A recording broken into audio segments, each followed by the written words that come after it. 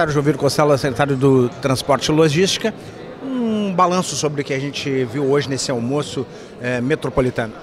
Primeiro, cumprimentar ao prefeito Leonardo Pascoal por um almoço aqui na região metropolitana, convidando não apenas os prefeitos, mas secretários municipais. Estava acompanhado do secretário Malmo, meu colega secretário de Estado, aonde tivemos uma palestra sobre a questão do transporte metropolitano. É uma grande dor de cabeça dos municípios, né? Não temos dúvida nenhuma, e essa é uma questão debatida hoje exatamente com a participação do governo do Estado, o próprio governador Eduardo Leite, o vice-governador Gabriel, onde se faz esse debate sobre a melhoria, e não apenas a melhoria, como a qualificação do transporte metropolitano. Veja bem, hoje tu embarca num ônibus, entra ou sai do ônibus e vai descer numa determinado local ou parada e tendo que um novo bilhete, uma nova seção de transporte. É exatamente o que se busca, essa unidade, essa uniformização para que tenhamos uma única bilhetagem. Isso é de suma importância para o transporte metropolitano.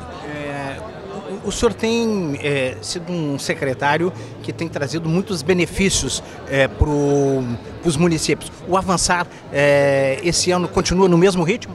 Claro, não tem dúvida nenhuma. O próprio governador Eduardo Leite tem anunciado a continuidade do programa Avançar com os investimentos em ligações regionais, acessos municipais, recuperação de rodovias, que tem sido essencial para nós aqui na região e no estado do Rio Grande do Sul. Então quero cumprimentar mais uma vez o palestrante que hoje traz informações e experiências, né, o know-how exatamente nesta questão do transporte metropolitano, e que hoje nós aqui na Grande Porto Alegre fizemos esse debate, exatamente buscando a unificação e a melhoria para o usuário. Quem ganha na verdade é o Estado, é o usuário, é o investidor, e este é o objetivo, é sabermos de que forma podemos contemplar o cidadão que se utiliza do transporte metropolitano. Afinal de contas, são mais de 30 municípios envolvidos, e lá no Paraná nós temos uma belíssima experiência, e como se diz na Boa Gíria aqui no Rio Grande do Sul, o que é bom se copia.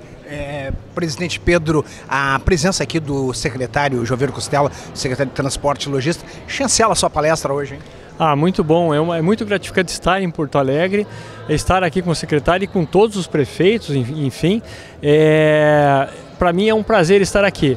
E também trazendo um pouquinho da nossa experiência e ouvindo também a experiência de vocês, porque como o secretário falou que é bom se copia, nós também copiamos. Estamos hoje aqui no Instituto Caldeira, onde está acontecendo a palestra, o almoço metropolitano liderado pela Grampal, e hoje com a palestra do Pedro Maia, que é o presidente da URBS, Urbanização de Curitiba. Um balanço sobre essa palestra de hoje, o prefeito Pascoal, o prefeito de Esteio e hoje presidente da Grampal. Uma avaliação muito positiva, como vem ocorrendo nas edições do Almoço Metropolitano, trazendo debates de alto nível com pessoas que são referências nas áreas em que atuam. Hoje, com o Ogeni Pedro Maia, a gente pôde ver, né, o exemplo de Curitiba, a região metropolitana de Curitiba, na integração do modelo de sistema metropolitano, algo que a gente ainda está engatinhando aqui na nossa região metropolitana de Porto Alegre, mas que neste momento há, né, uma disposição clara por parte dos municípios, do próprio governo do estado, de avançar. Então a gente está buscando essas referências para que a gente encontre o melhor caminho para a nossa realidade local aqui, e quem sabe aí dentro de algum tempo, né, quem sabe dentro de alguns meses, dentro de alguns anos, a gente possa ter um nível de integração tal qual Curitiba tem hoje, né, ou quem sabe até mais avançado a partir das experiências que a gente vai buscar. Prefeito Pascoal, tem várias dores de cabeça e vários gargalos o transporte coletivo, mas parece que os benefícios, o excesso, o inchaço de benefício tem sido a maior dor de cabeça dos prefeitos, né? As concessões de isenções, de benefícios que foram dados ao longo do tempo, naturalmente eles pressionam o valor da tarifa. A maior parte dos municípios já fez o dever de casa nesse sentido, identificando aqueles benefícios que foram concedidos e que não fazem mais hoje sentido, né? Mas ainda existem alguns, naturalmente, mas só esse olhar ou só esse enxugamento ele não é suficiente para dar sustentabilidade no modelo, né? É preciso ter também outras ações aí que possam aumentar o número de usuários para dentro do sistema, e para isso o serviço tem que ser um serviço de qualidade, com uma boa infraestrutura, né, que motive as pessoas a usar o transporte coletivo. E é preciso também que haja uma ação mais efetiva por parte do governo do estado e do governo federal, no entendimento de que essa pauta, a pauta do transporte público, a pauta da mobilidade urbana, é uma pauta que também precisa ter uma participação desses entes, não apenas dos municípios, porque do contrário a gente vai ter a falência completa desse modelo que a gente tem hoje. Obrigado, prefeito. Obrigado. Ô, Geni, a região metropolitana de Porto Alegre tem muitas deficiências no transporte público, né? Fala-se a falta de investimento federal, de apoio federal, até foi um apelo do prefeito Melo aqui.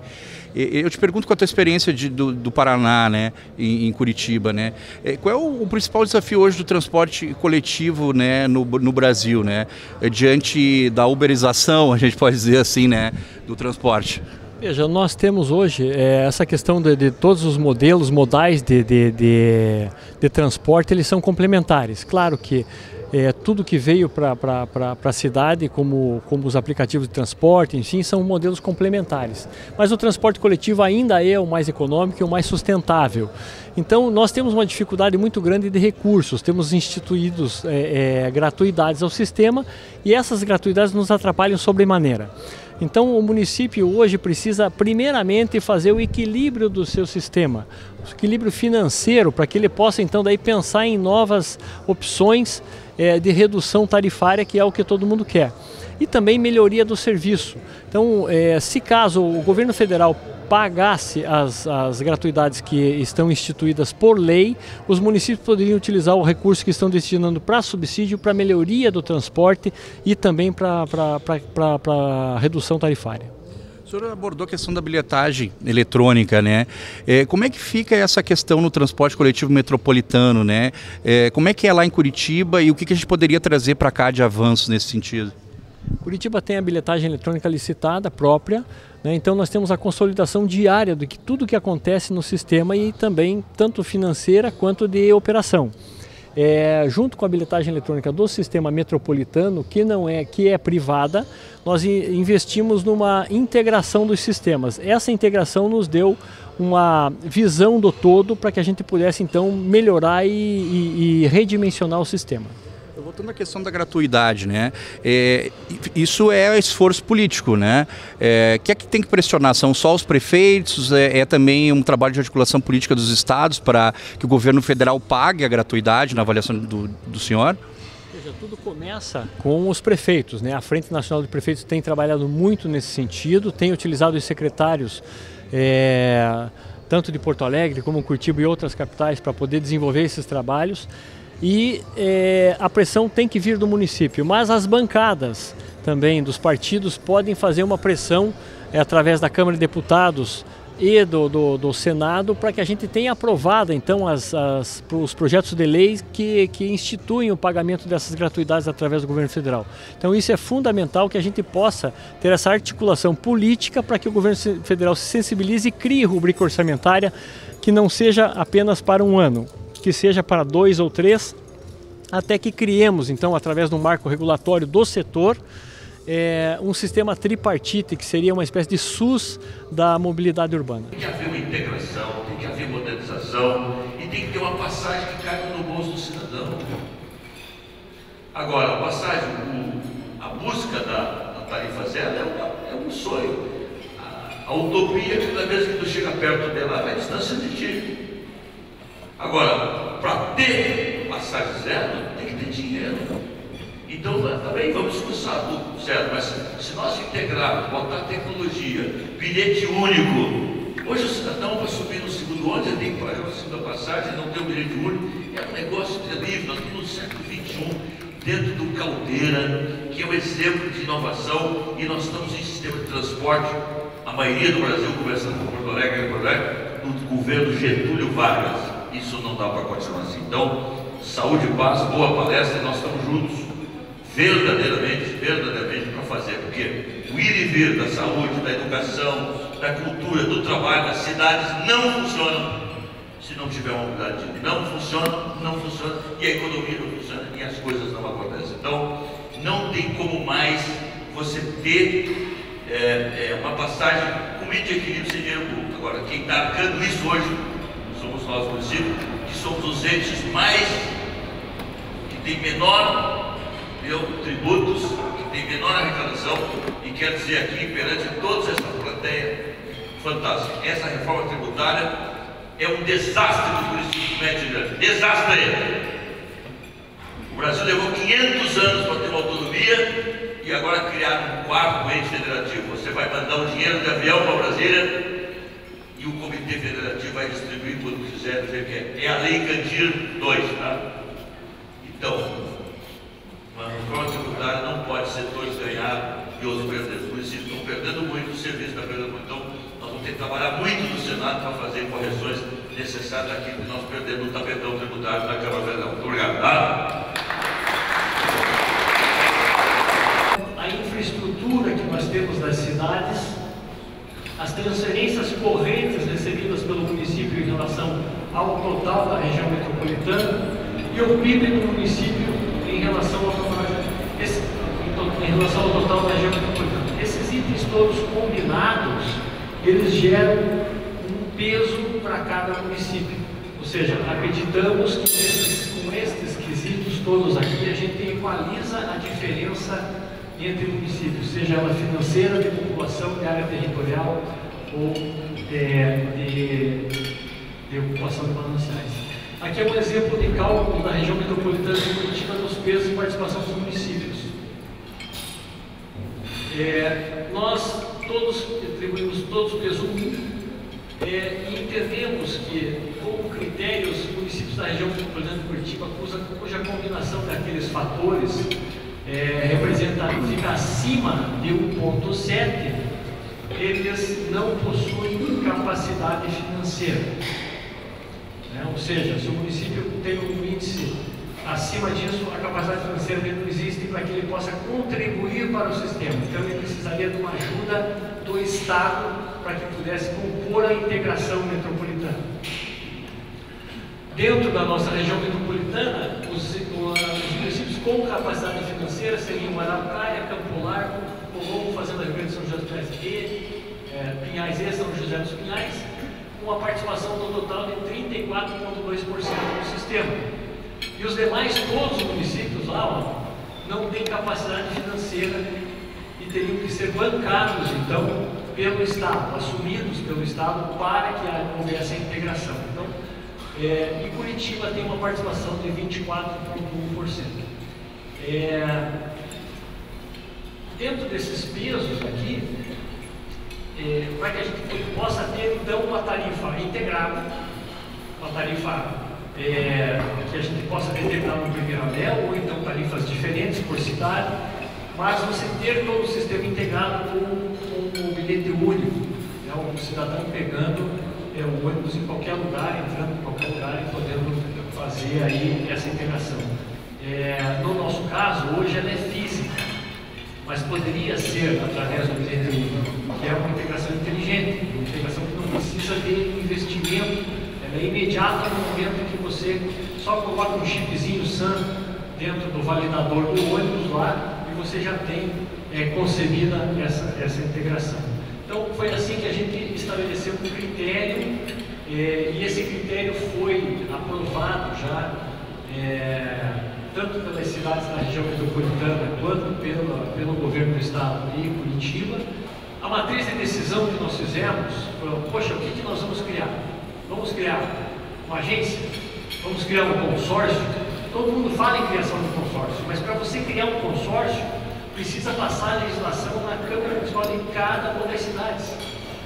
Para você criar uma agência, você também precisa da Assembleia Legislativa do Governo do Estado, para poder, daí você precisa criar mecanismos para que os municípios façam adesão a essa agência, para que ela possa regular todo o sistema. Então é um processo demorado. Nós sabemos que politicamente nós não temos tempo, o prefeito tem 4 anos, né?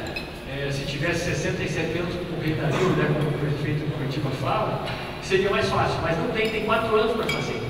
Então, na matriz de decisão, inicialmente, a forma mais fácil, rápida e instantânea praticamente, porque é só escrever e assinar, é um convênio. Então, criado um convênio, estabelecidas as competências dentro do convênio, os pesos dentro do convênio, você começa então a construção da integração e da governança metropolitana, que pode culminar ao final de 2 anos numa agência ou num consórcio metropolitano. Em Curitiba nós temos o consórcio do lixo, que é um consórcio que deu muito certo, ou seja, a questão do lixo entre as cidades de Curitiba e região metropolitana é uma questão pacificada. Agora nós estamos fazendo, criando a governança para o transporte coletivo. Essa matriz levou em consideração critérios sobre a segurança jurídica, porque a gente precisa ter segurança jurídica, uma vez que os órgãos de controle estão cada vez mais ferozes em cima dos administradores, né? Ninguém quer ficar inelegível e nós, como administradores, também não queremos ter aí a nossa reputação afetada. O tempo de implantação, que eu já falei, nós temos pouco tempo, a facilidade, o custo de implantação e a efetividade, ou seja, ela acontece rapidamente. Então, por isso, a criação desse modelo inicialmente por um convênio. Fluxo da operação financeira, nós temos aí, depois de tudo organizado, custo total integrado, né? Ou seja, a arrecadação urbana de Curitiba, a arrecadação urbana metropolitana hoje, e aqui é bom falar, condição primeira para se poder fazer essa integração, controle da bilhetagem eletrônica pelo poder público. Você não consegue integrar se você não tem o controle da bilhetagem eletrônica. Fica praticamente impossível você criar um cartão único com bilhetagens privadas. Você precisa ter o controle, precisa ter os números, você precisa ter acesso fácil, precisa ter os painéis de dashboards APIs ali para poder trabalhar, né, e poder fazer a supressão de linhas, poder fazer a projeção de linhas. Isso precisa ser assim. Nós temos a bilhetagem eletrônica licitada lá em Curitiba e nós somos hoje, temos essa autonomia dentro do município, isso nos facilita bastante. Cada validador ele é geomapeado. Então você tem essa facilidade de que aonde o ônibus parou, você sabe se a arrecadação é metropolitana ou se ela é urbana. Se ele parou do lado de cá, tem um ponto de ônibus, o geomapeamento diz que é de Esteio. Se ele parou do lado de cá, o geomapeamento diz que é de Porto Alegre. Então você consegue, através do validador, fazer a separação da arrecadação sem conflito. Ou seja, a gente elimina aquele negócio, mas você tem 3.000 passageiros que vai para a tua cidade todo dia e mas você tem 5.000 para cá. Mas é isso mesmo? O ônibus metropolitano, quando ele está entrando dentro da cidade, ele coleta ou não coleta passageiro? Não pode, mas a gente sabe que coleta. Então, ou seja, está tendo um afetamento metropolitano no contrato urbano. E com isso, bilhetagem eletrônica única, de propriedade. Aumento da velocidade média operacional, isso é muito importante para que a gente possa fazer com que as pessoas voltem para dentro do sistema.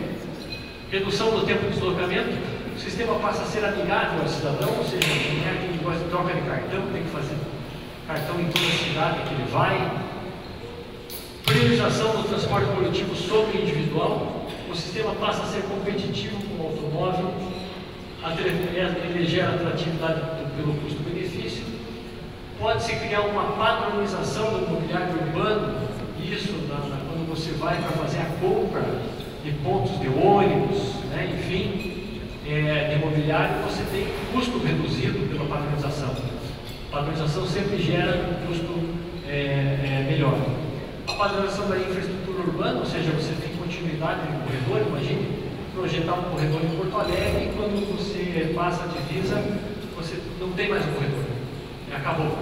Isso pode acontecer, e certamente acontece lá também na nossa região. Então a padronização da infraestrutura, quando você vai fazer um projeto ou pedir um empréstimo internacional como BID para refazer um eixo ou para fazer um eixo, você inclui as cidades da ponta, né, para que elas tenham também a infraestrutura.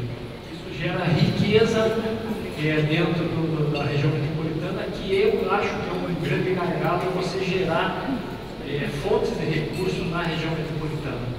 É um desafio, né? A região metropolitana sempre tem que lutar muito mais para gerar, porque ela não tem movimento. Então ela precisa de mais gente consumindo e estrutura melhor. Então, somente com a governança, com a habilidade conceitual, técnica e humana, será capaz de resolver os desafios da cidade de maneira segura, ética e responsável, como a fase para terminar aqui. Eu tenho mais uma apresentação, também é curta, não é demorada, sobre os serviços ofertados pela urbanização produtiva. Nós temos uma empresa que se chama Urbs lá, E essa empresa faz todo o projeto, execução, planejamento, manutenção. Temos um sistema PDCA de manutenção implantado, onde este vai ser um produto da cidade de Curitiba. Nós vamos exportar essa expertise para as outras cidades. A empresa, que é a URBS, ela tem isso como produto, né? E aí nós passamos a ter então esses serviços dentro do nosso portfólio, podendo ser utilizados e consumidos por outras cidades, e fica à disposição aí de vocês. Então nós temos uma área de operação de transporte coletivo, que é a elaboração de projetos, itinerários, linhas, dimensionamento de frota, monitoramento de demanda de linhas, verificação entre oferta e demanda, capacidade versus quantidade de passageiros. É importante falar que nós também, nesta nova operação, estamos reduzindo a quantidade de 6 passageiros por metro quadrado, que a lei determina, para 5. Nós queremos dar uma qualidade maior, aumentando a frequência, diminuindo a quantidade de passageiros. Temos a área de fiscalização do transporte, que verifica a regularidade e pontualidade do sistema, monitoramento operacional, registro de acidentes vandalismos, gestão do cartão de transporte. Tudo isso por conta da bilhetagem eletrônica. O Centro de Controle Operacional faz a gestão de monitoramento no tempo real, através do sinótico das linhas. A área de engenharia e projetos, que faz a elaboração do sistema de infraestrutura, acessibilidade, terminais e estações, projetos de correção geométrica na cidade, intersecções, enfim. Temos uma área de manutenção, um sistema PDCA de planejamento, execução, inspeção e melhorias implantado dentro do sistema, gestão de manutenção de todos os equipamentos do transporte coletivo, que estão nos terminais públicos e pontos de ônibus. Uma área de especificação de frota, onde nós fazemos a especificação do manual da frota de acordo com as LBRs, né? Uma expertise em inspeção periódica, teste e homologação de novas tecnologias. Temos um edital de testes de ônibus elétricos, que é o primeiro, é o número 1 de 22, que está agora dentro do prazo até outubro, né? Nós vamos testar todas as tecnologias de ônibus elétricos disponíveis dentro do mercado brasileiro. E os ônibus entram e ficam 2 meses testando. Então, ergonomia, consumo de pneu, dirigibilidade, segurança, enfim, tudo que é necessário ser mapeado para que a gente decida, então, qual é o melhor tipo de ônibus. Temos uma área de desenvolvimento de inovação e criação, que ela pega todos os dados de bilhetagem e faz análise, cria dashboards, né, onde a gente pode ver qual a faixa etária que mais anda no ônibus, como que você retém ele, o que você pode criar de ações. Com esses dados aí, a gente fala em tempo real, mas vai com dia de delay, né, porque nós temos um sistema de offline nos ônibus, online nas estações públicas e terminais. E faz benchmark mercadológico. Então, eu fico olhando para o mercado, tem de tecnologia, pode ser que surgiu de novo, e aí fica exaurindo aquilo até que a gente põe em produção em alguma área da operação do transporte. E o sistema de bilhetagem eletrônica, que é daqui que tudo começa. Esse fornecimento de equipamentos, no nosso convênio metropolitano, nós queremos permear esse equipamento através de toda a região metropolitana para que a gente possa ter um sistema único. Caso não seja possível ou seja feita uma licitação do governo do estado para a bilhetagem eletrônica, a gente faria através de uma integração via o chip SAN e APIs de integração. Nós já fizemos isso daí e dá muito certo também. Através daqui sai o cálculo tarifário, consolidação operacional e financeira diária, dashboard de operação para tomar decisão e um dashboard do portal de transparência os órgãos de controle para quem quiser consultar. Basicamente é isso que eu tinha que mostrar para vocês, me coloco à disposição. Muito obrigado, obrigado a todos.